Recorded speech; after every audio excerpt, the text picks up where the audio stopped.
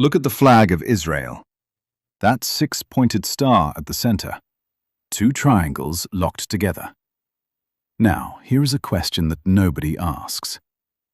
Why does the most recognized symbol of Jewish identity in the world have absolutely nothing to do with Judaism? The Star of David is not ancient. It is not biblical. It was not used by King David. Not a single piece of archaeological evidence connects this symbol to ancient Israel. Before it was the Star of David, it was used by Hindu mystics to represent the union of God and the universe, by medieval sorcerers to summon and trap demons, by King Solomon to command supernatural forces, by the Freemasons as one of their most sacred symbols, and by the most evil government in modern history as a mark of persecution. This shape, two interlocking triangles, is 5,000 years older than the person it is named after, and the real story of where it came from and what it actually means is more disturbing and more fascinating than anything you have been told. Welcome back to the series. Today, the most controversial symbol we have touched yet. The hexagram is different from every symbol we have covered before, because right now, in the modern world, religious scholars, historians, Jewish authorities, and occultists are all actively arguing about who this symbol belongs to, and none of them agree. The answer, as you are about to discover, is that it belongs to all of them, and none of them, because this symbol is older than every group that has ever claimed it. Part 1. Before King David, the symbol that shouldn't exist. The oldest known object bearing the hexagram was found in Armenia, on a dagger, dated to the 3rd millennium BC. That is 5,000 years ago. King David, the man this symbol is supposedly named after, lived around 1000 BC. Do the math. The Star of David is 4,000 years older than David. So where did it really come from? Let me take you through 3 civilizations that arrived at the exact same symbol, completely independently of each other. Because what you are about to hear is either the greatest coincidence in human history or evidence of something much deeper. First, ancient India. Thousands of years before the hexagram appeared in any Jewish context, Hindu temples were decorated with a symbol called the Shatkona, 2 interlocking triangles. The upward triangle represents Shiva, the masculine force, fire, divine energy. The downward triangle represents Shakti, the feminine force, water, cosmic power. When they lock together, it represents the divine union that creates all existence, the universe itself, born from the meeting of 2 opposites. Hindu scholars did not borrow this from Judaism. Jewish scholars did not borrow this from Hinduism. 2 of the oldest civilizations on Earth looked at the same 2 interlocking triangles and arrived at the same conclusion. This shape is what creation looks like. Second, ancient Persia and Mesopotamia. In the astrological traditions of Zoroastrianism and ancient Babylon, the hexagram was called the king's star, not because any king drew it, because it represented the astrological forces that governed kings. Some researchers believe it was the diagram of the sky at the exact moment of King David's birth, which would explain, centuries later, why it became attached to his name. Not as a symbol he invented, as a symbol that belonged to the moment of his arrival. Third, the Hermetic tradition. In the ancient Hermetic philosophical tradition, which gave birth to Western alchemy, Freemasonry, and the occult sciences, the hexagram was the visual representation of the most fundamental law in the universe. As above, so below. One triangle pointing toward heaven, one triangle pointing toward earth, locked together, inseparable. The principle: the spiritual world and the material world are not separate. They reflect each other. What happens above happens below. What happens below echoes above.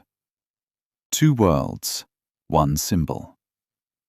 The Masonic scholar Albert G. Mackey described it this way. The two interlacing triangles typify the mingling of opposites in nature: darkness and light, error and truth, ignorance and wisdom, evil and good, throughout all of human life. This was not a symbol invented for one religion or one people. It was a symbol that multiple civilizations discovered, independently, as the most accurate diagram of how reality works. And that universal recognition is exactly what made it so powerful and so dangerous. Part 2. King Solomon and the Demons. Now we reach the chapter that gave the hexagram its darkest reputation. King Solomon, son of David, builder of the great temple in Jerusalem, considered the wisest ruler who ever lived by Jews, Christians, and Muslims alike. And according to ancient texts from all three of those traditions, Solomon possessed a magical ring, a signet ring of such extraordinary power that it gave him dominion over the supernatural world.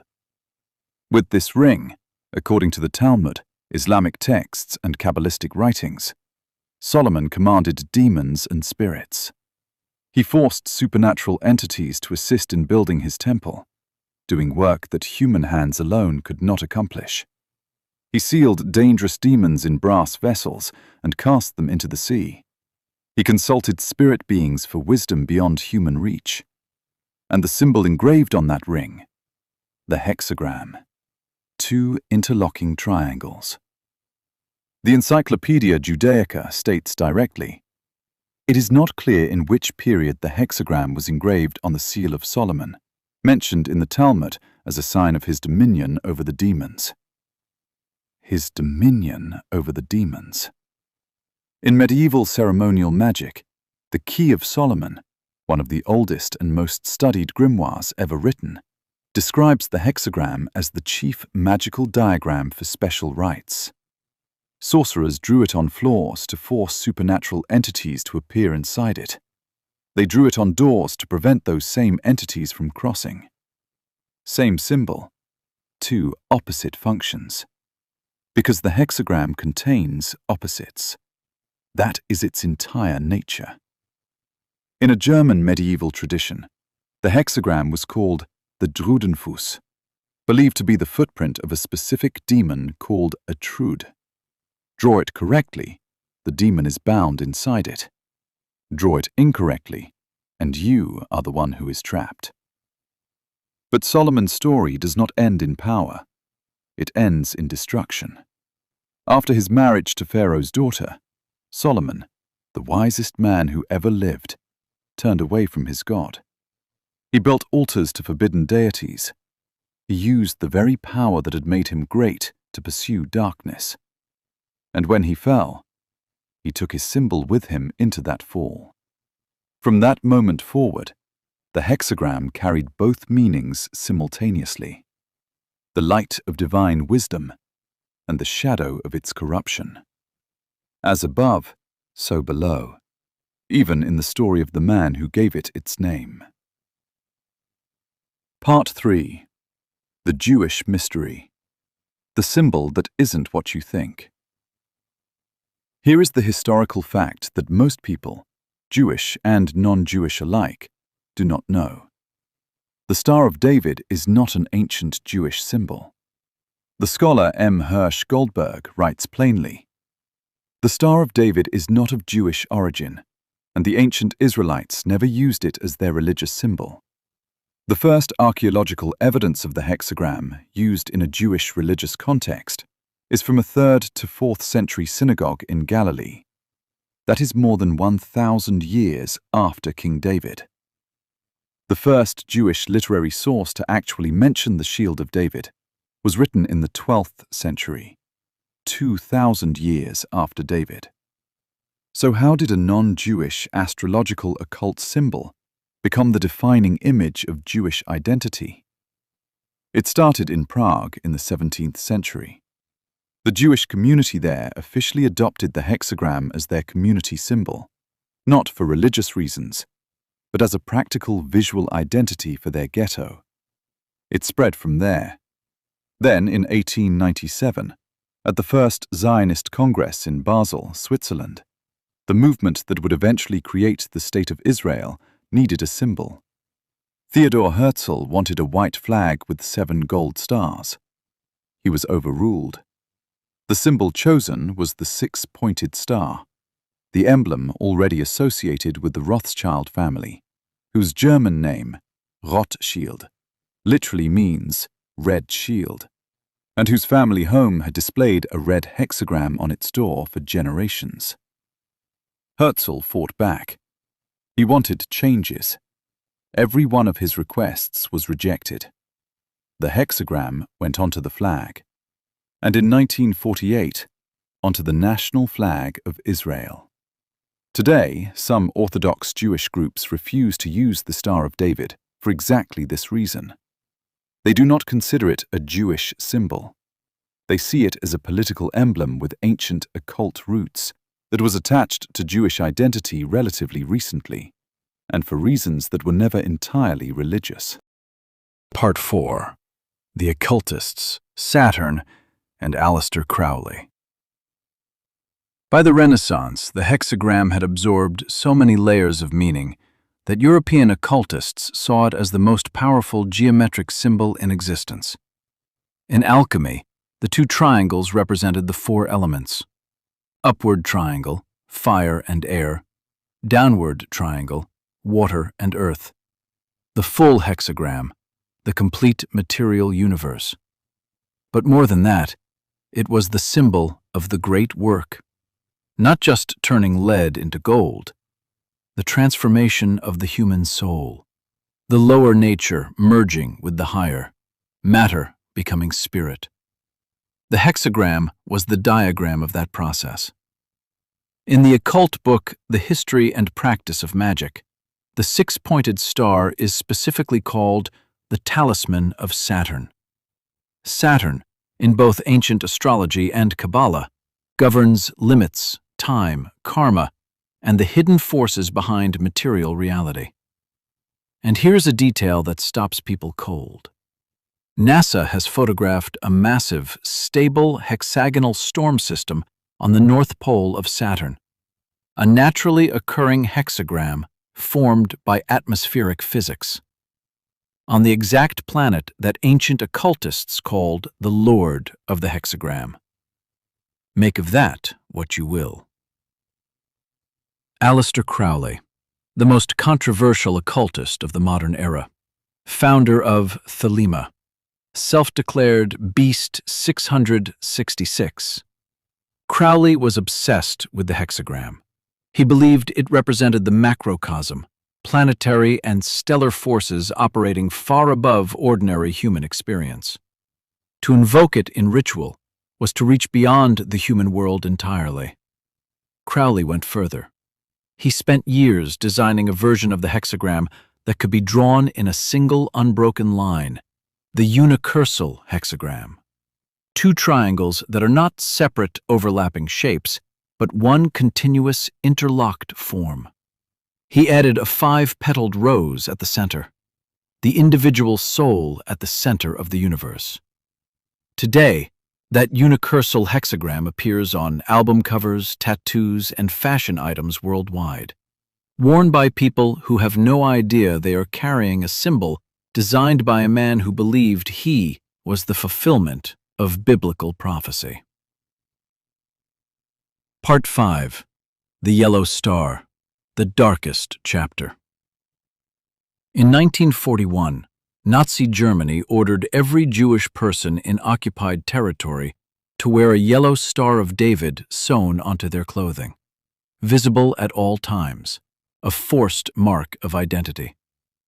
A symbol that Hindu mystics used to represent the union of the divine, that alchemists used to represent the transformation of the soul, that Kabbalists used to understand the structure of the universe, was forced onto the bodies of 6 million people as they were led to their deaths. This is what symbols can carry. They are not neutral. They absorb the intentions and the crimes of everyone who has ever used them. The hexagram holds both ends of that spectrum: cosmic wisdom, human cruelty. As above, so below. After 1948, when the State of Israel placed that same star on its national flag, the act was partly a reclamation, taking back the symbol that had been used against the Jewish people, saying, "This belongs to us. You cannot define us with our own mark." Whether that reclamation was complete, whether this ancient shape truly belongs to any one people, is a question history has not finished answering. 5,000 years, one shape. A dagger in Armenia, a temple in India, a sorcerer's ring in Jerusalem, a Masonic lodge in London, a yellow patch sewn onto a coat in 1941, a flag raised over a new nation in 1948, a tattoo on someone's arm right now. The geometry never changed. Two triangles, perfectly interlocked, perfectly balanced. One pointing up, one pointing down. Heaven and earth, fire and water, light and dark. As above, so below. The hexagram does not belong to any one religion, any one secret society, any one nation. It is older than all of them, and it will outlast all of them. Because it is not a symbol someone invented. It is a symbol someone discovered in the geometry of the universe itself. Drop a hexagram in the comments if this changed how you see this symbol. Subscribe, because the next one goes even deeper.